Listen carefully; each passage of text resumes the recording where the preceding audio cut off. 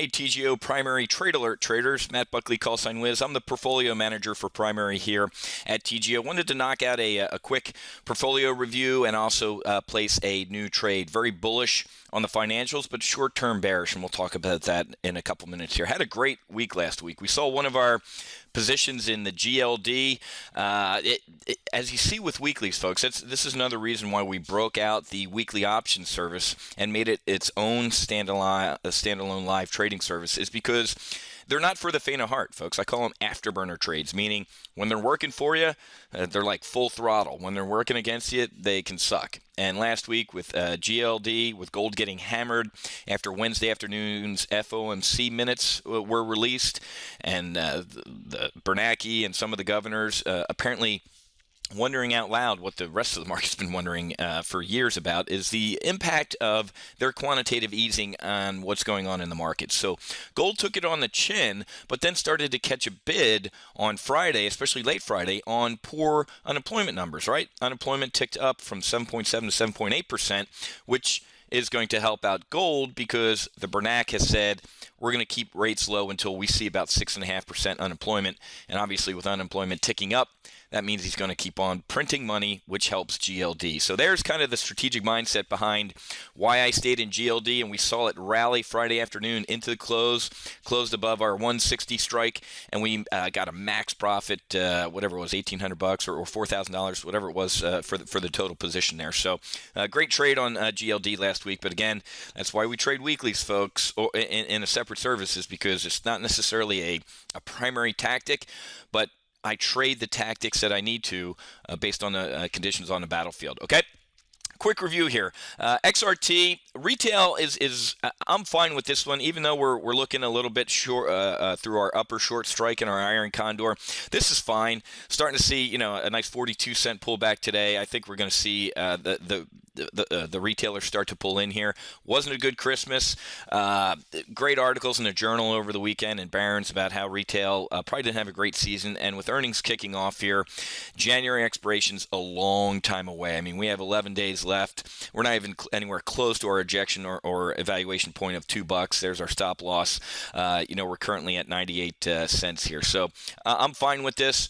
We get a lot of theta helping us, right? Time decay. So in any sort of position, in Iron Condor, we're selling two spreads, a bear call and a bear call and a bull put. We sold both of those. Right down here, this Greek is theta, and that's what's helping us right there. So as you can see, if the XRT just kind of hangs out where it is, we're collecting theta all the way in to expiration. So even if it closes right up here where we currently are, 63.50, look at that. We still gain potentially 53% or about $1,300. So not too worried about the XRT position. Google is looking fine, going right down range in our Iron Condor. We're up $560 on this one, and we still have some time to go here. About an 80% probability of catching a full grand here, and only a 15% probability of taking it on the chin with $6,500. Why'd Google rally recently? Well, Google settled some antitrust concerns last week with the SEC, Justice Department. Microsoft, Bing, and all these other guys were wanking to the Justice Department that Google's practices were anti-competitive. Duh. We used to live in America where capitalism reigned, but Google made some half-hearted, concessions, which really didn't amount to anything. And the SEC or the Justice Department dropped their antitrust concerns, and Google rallied. So good trade there. VIX, look at this, folks. We're up $2,200 in profit. I'm actually going to close this one. This Jan 2022 bear call spread. Look at that. I called it, folks. I said vol. When vol went up through 2022 and people were getting squirrely, like, hey, Wiz, I'm losing some, money on these short volatility positions. I said a double up to catch up, folks. As soon as that fiscal cliff deal was announced, vol fell out of bed, and the VIX fell through 14 last week. 39% decline in volatility, I believe, on Friday alone. The biggest drop in the history of the VIX. So we called it. We nailed it. There's a nice $2,200 gain right there, and I'm going to get out of this one to free up haircut for some other positions. So I'll just put this in at 5 cents, maybe catch a bid mid-market. If not, I'll get out at 10 cents. So max profit of $2,200, nearly $2,300. in that position. This GLD Iron Condor, gold's taking it a little bit on the chin today. I'm not too worried, folks. Our short put is the 160 here. Again, this is a gold Iron Condor out to January, so we still have some time on this one. Only showing a loss of about $900. 48% probability of collecting a full $1,600. Only a 21% probability of losing the full $5,900. That ain't going to happen. We're going to adjust that position in the model portfolio. But there's our break evens, folks. To the downside, 159.35 is our break even, and we're north of that right now. So gold's going to kind of be under pressure for a little bit as the market sifts through exactly what the Fed said last week, exactly the impact on quantitative easing. And I think gold's going to wallow sideways here, which is going to provide us another potential great trade either this week or next week. Amazon. Now, I know some of you are freaking out about Amazon. It blew through our upper strike here. It got upgraded today by a couple big houses, and it's up $9. So we're seeing a little bit of a loss here, about $3,200. I'm fine with this for now. I'm not going to start freaking out probably for about another week or so. Okay, again, a nice pop in Amazon of $10 is outside the norm, and usually after you see a pop like this on an upgrade, you sell the pop. It tends to fade. So if anything, I might throw on a bear call spread on top of this because of this pop, because I know Amazon didn't have a Merry Christmas as well. So again, most stocks pop on an upgrade, and then the pop tends to fade. All right, let's take a look at a new trade. The financials. The financials recently have really come out of the woods. Let's take a look at a 5-year chart of the XLF, a good proxy for, instead of trying to pick individual winners in the market, which can be tough, we want to take a look at a basket of stocks, right? Instead of trying to bet on Goldman Sachs or Bank of America or Citi or Wells Fargo, why don't we take a look at them as a sector? And as you can see, and if you've been at Top Gun Options for a while, or if you haven't, financials tend to lead us into and then also out of a recession. Why? They lead us into a recession because if they stop hiring,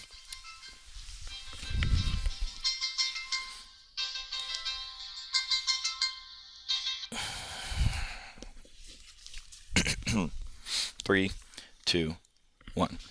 Because if banks stop lending, they stop providing mortgages. If they start to contract or freeze up and get spooked, well, obviously the market's going to start imploding.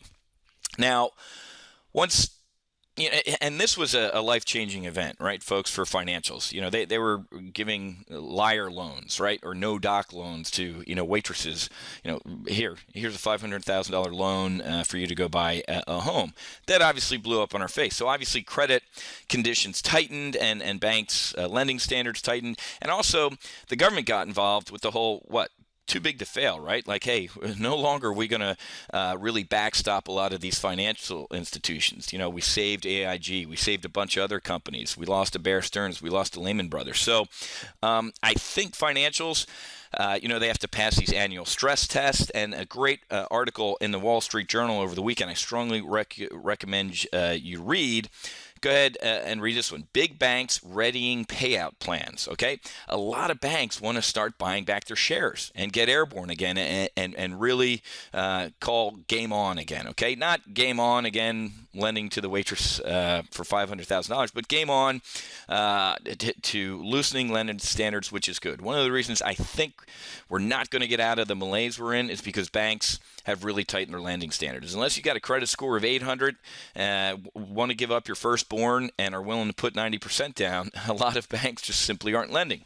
Well, that's starting to thaw a little bit. So there's my strategic mindset, okay? And in the past 6 months, you can see that we've really taken a run here with the XLF. The XLF has had a great run from $14 up to $17, and a nice gap up here recently from 16 to $17. So very bullish on the financials long term. I think short term, though, as you'll read in this article, they still have some headwinds. The government's still a little frosty about letting the leash go. But once the government lets the leash go, I think we're really going to see some tremendous upside in the financials. So there's my strategic mindset. Long-term bullish, you have to be, right, on the financials, or we're never going to get out of this thing. But short-term, I still think they face significant headwinds, okay? So what type of tactic does being long-term bullish and short-term bearish lend itself to? A diagonal. So I'm looking as far out in time as I can, January of 2015, and I'm looking at 80 delta calls. So there's my delta column on the Trade Monster platform, and the closest calls to an 80 delta are obviously the 13. There's the 13 calls and the 14 calls. And with the light gray down here, that means they're in the money. These without the light gray are out of the money.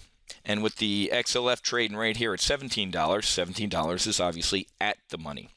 So I'm looking at 80 delta calls. Why? Because a delta of 1.0 means that for every dollar move in the stock, the options price is going to move a buck, right? 50 delta, half as much. So an 80 delta threads the needle between a 50 and a delta of 1.1. So let's look at the 80 delta calls, the 2015 $13 calls. I'm going to click on those, and I'm going to click Create Spread.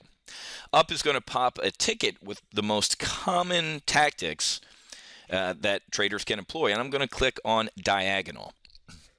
I'm going to click Add Edit Legs, and it was the Jan 2015, not 13, excuse me, $13 calls. Those were the 80 deltas. What I want to do, and let's take a look at this. Those calls are $4.43. Not cheap, right? We do 10 of them. They're not cheap. Look at what we're going to do, though. Buying deep in the money calls is what I call buying a $90,000 Porsche. Well, why don't we make monthly payments on those Porsche and have, matter of fact, why don't we have somebody else make monthly payments on our Porsche, and eventually we own that Porsche outright? Here's what we do. Let's add a call, and we're going to sell the front month, meaning January, February, March. Those are the front months, because Jan 15 is what? A back month. It's all the way out in time. So I want to sell 10, and I'm going to click February, since January expiration is around the corner, and look at that. We lowered our cost basis from $4.43 to $4.06. So it's a 37. We saved 37 cents by selling this front month upside call. And here's what we're going to do. Next month, March, we're going to sell some upside calls. April, sell some upside calls. And eventually, these deep in the money calls get paid off. Great strategy, great tactic, and this is how we create potential long-term wealth in our model portfolio. So it's still going to be a debit. 10 of these, I'm going to go mid-market, which looks like about $4.06. In a paper trading account, sometimes I have to go up a little bit and pay some extra scratch, maybe $4.10, but let's just keep it at $4.06 for now. I'm going to click on Analyze, and the first place my eyes go is right here. What's our potential max loss in this trade? About $4,000. So you know what? I'm actually going to go up to 15 contracts. As you saw, the probability of that happening using at-the-money volatility of losing the $4,000 was nil, was essentially zero. The XLF, the ETF, would have to go to zero for us to lose all of our money. If the XLF drops to zero, folks, it's Planet of the Apes. Hopefully you got guns, butter, and bullets, and you're heading to the mountains, because it's most likely not going to happen, right? So potential max loss now is $6,000, which I'm comfortable with. And our potential max profit of selling those front month calls is $562. So as you can see, making monthly payments to these deep in the money calls, eventually they're going to be paid off.